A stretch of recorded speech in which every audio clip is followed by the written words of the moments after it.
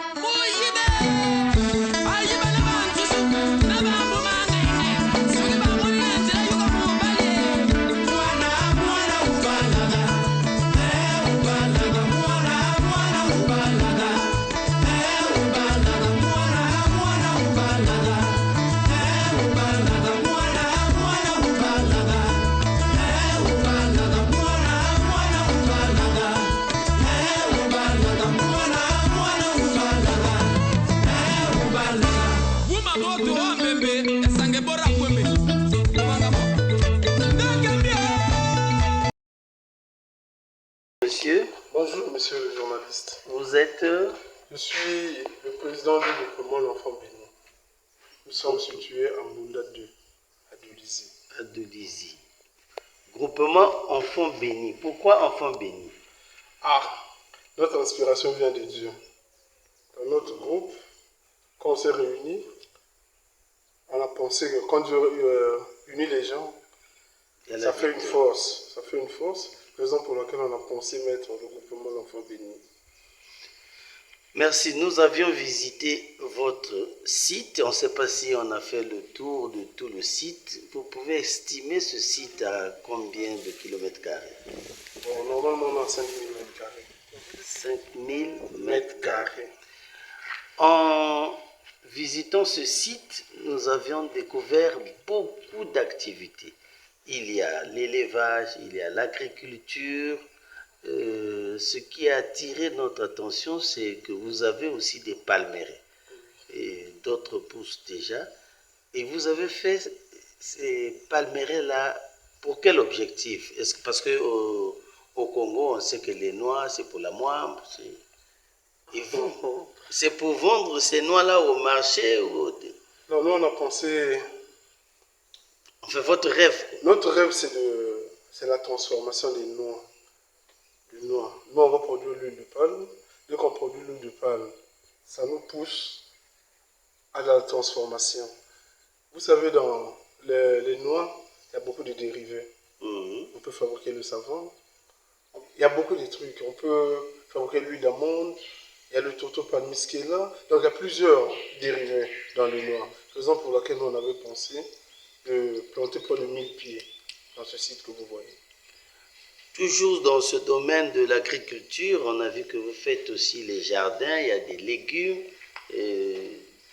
diverses qualités de légumes. C'est dans quel objectif? Non, c'est dans l'objectif, ça nous permet de survivre. Vous savez tout ce qu'on est en train de faire. Notre groupement, on n'est pas soutenu, on fait ça avec nos propres fonds. Donc ça nous permet un peu de faire un peu le maraîchage, ça nous permet de vendre après 3 mois, on vend. Ça nous permet de survivre aussi ici là.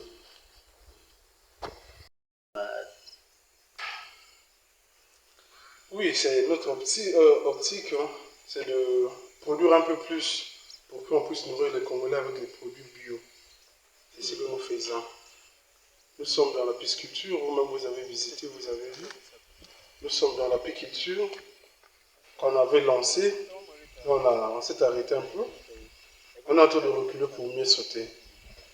En dehors de ça, on est dans l'élevage porcine aussi, que vous-même vous avez vu. On est en train de lutter comme ça. Est-ce que dans vos rêves, vous n'avez pas un souhait d'être assisté par des ONG, par qui que ce soit? Mais c'est notre rêve en fait. C'est notre rêve. Ça nous fait 4 ans. On a commencé pendant la période Covid, en mars 2020. Jusqu'à aujourd'hui, on est en train de faire avec nos propres fonds. Et si on veut trouver un peu des partenaires qui vont venir ici et là, ils sont les bienvenus.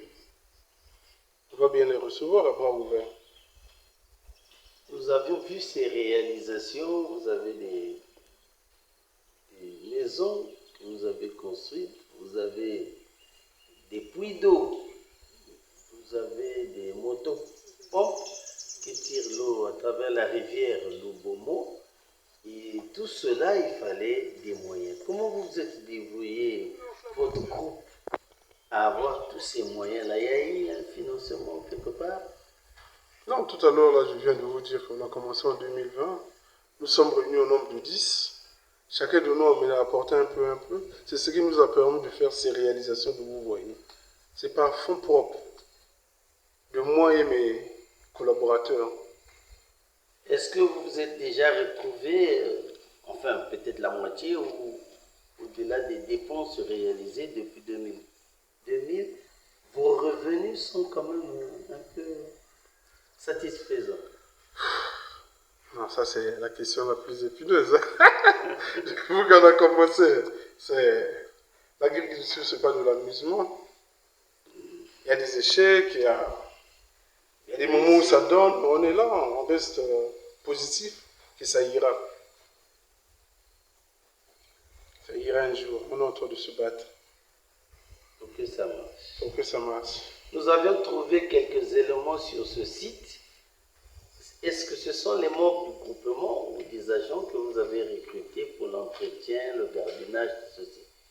Non, c'est tout juste les membres du groupe. Parce que nous sommes, on peut dire que on est encore au début. Donc pour éviter un peu des charges, tout ça, nous-mêmes on a pensé les membres du groupement vivre chez nous au site. On est en train de vivre enfin que la sécurité, un peu l'entretien, voilà. Et nous avons trouvé que vous plantez le maïs. Il y a un rêve aussi pour ce maïs. Mais bien sûr, le maïs que vous avez vu, c'est toujours notre inspiration. On a eu l'inspiration, on est dans l'élevage des porcs. Vous savez que le porc, c'est une machine. C'est une machine. Donc, avec les fonds qu'on a, si on se met à payer l'aliment, ça nous pèse. Nous-mêmes, on a pensé planter notre porc maïs. Ça nous permet de nourrir nos bêtes. Comment ça se fait? Vous les transformez? Oui, on les transforme. Pour votre information, notre groupement a même des mélangeurs broyeurs tout à l'heure. Il y a votre confrère qui nous a visité aussi au marché, dans la ville de Delizy. Parce que si on a un problème d'électricité, on a pensé placer les machines au marché, là où se trouve la direction de notre groupement. Au moment opportun, on va tout emballer ici dans nos mains là-bas, on va égrainer, on fabrique l'aliment sur place. Après, on ramène encore au site. La fabrication de l'aliment, l'élevage des porcs, à mon avis, il y a une formation qui doit... Comment est-ce que vous avez fait? Vous avez déjà été formé en amont? Oui, on a suivi une formation. On a suivi une formation au Cameroun. Mais on est là, on est en train de se battre. On veut faire plus que ça. On veut faire plus que ça, mais on attend les partenaires. Si un jour les partenaires se présentent, bon, pourquoi pas on va aller plus loin, on va prolonger la vision. Dans les médias, nous avions suivi à maintes reprises les réalisations, l'apport du ministère de l'Agriculture à des groupements ici au Congo et que vous avez un groupement. Est-ce que vous avez déjà eu cet apport ou une visite en commençant par la direction départementale de l'agriculture, de la pisciculture et autres, la pêche? Non, tout à l'heure, là, je m'avais posé la question. Nous, on a pensé, au lieu d'aller au ministère de l'Agriculture et de l'Élevage, on a pensé, on a écrit au FIGA, qui est notre incubateur dans la zone sud du Sila. Ils sont même venus nous visiter ici, là. C'est qu'ils ont vu, ils ont apprécié. Mais jusqu'à aujourd'hui, il n'y a pas de réponse. Bon, concernant la pisciculture, c'est avant-hier qu'on était à la sous-préfecture de Louvacou, avec le nouveau DD de l'agriculture et de l'élevage. On a pris contact avec lui, comme lui aussi on vient de l'affecter. On a pris contact avec lui, bon, il nous a promis de nous encourager. Il va passer, c'est ce qu'il nous a promis. Et sinon, pour l'instant, on est en attente. Vous avez vu la palmeraie là. On n'a pas de 900 et quelques pieds. Ça a déjà commencé à produire, on est en phase de production. Quand ça va commencer à produire, ça va donner l'emploi aux Congolais. On va prendre des frères congolais pour venir travailler. On aura besoin de la main-d'œuvre. Voilà. Des spécialistes pour... Des spécialistes, on aura besoin des gens, on aura besoin des gens. Vous-même, vous avez vu, c'est en phase de production déjà. On attend. Et